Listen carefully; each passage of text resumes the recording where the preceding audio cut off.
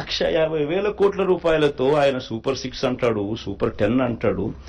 ఈ మాదిరిగా ప్రజలను అడ్డగోలుగా మళ్ళీ మోసం చేసేందుకు అడుగులు ముందుకు వేస్తా ఉన్నారు అనంటే ఇది సాధ్యమయ్యేదేనా? సాధ్యం కాదని తెలిసి ఒక రాజకీయ నాయకుడు ఈ మాదిరిగా రిపీటెడ్గా, I repeat that word, habitual offender, I repeat that word,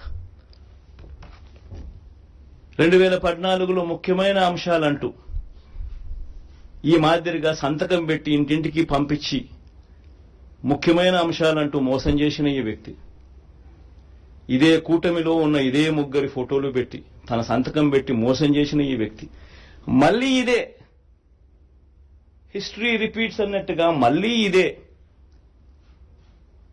2024లో మళ్ళీ ఇదే మాదిరిగా సాధ్యంగాని హామీలతో అబద్దాలకు రెక్కలు కడుతూ ఈ మాదిరిగా సాధ్యంగాని హామీలతో 1,50,000 కోట్లకు సంబంధించి ఈ మాదిరిగా ఆయన చేయడం, మోసం చేసేదానికి అడుగులు వేయడం దొంగతనం కన్నా దొంగల కన్నా అన్యాయం కాదా అని అడుగుతా ఉన్నా.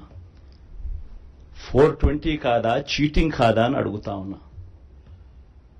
ఆలోచన చేయండి. ఇవన్నీ కూడా నేను మీకు విడిచిపెడతా వస్తా ఉన్నా, మీ మనసులకే విడిచిపెడతా ఉన్నా. ఒక రాజకీయ నాయకుడు అంటే ఎలా ఉండాలి?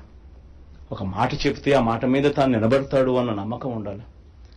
ఒక రాజకీయ నాయకుడు, ఏ కార్యకర్త అయినా పలాని రాజకీయ నాయకుడిని చూసినప్పుడు అదుగో ఆ రాజకీయ నాయకుడు మా నాయకుడు, అదుగో అతడే మా లీడర్, కాలర్ ఎగరేసుకొని చెప్పాలి.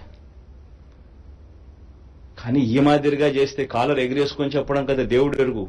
ప్రజలు ఎక్కడన్నా కనిపెడితే ఎలక్షన్లు అయిపోయిన తర్వాత ప్రజలు అక్కడ వస్తున్నారంటే ఈ దొడ్డిదావరం ఈ పక్క పోయే కార్యక్రమం జరుగుతుంది.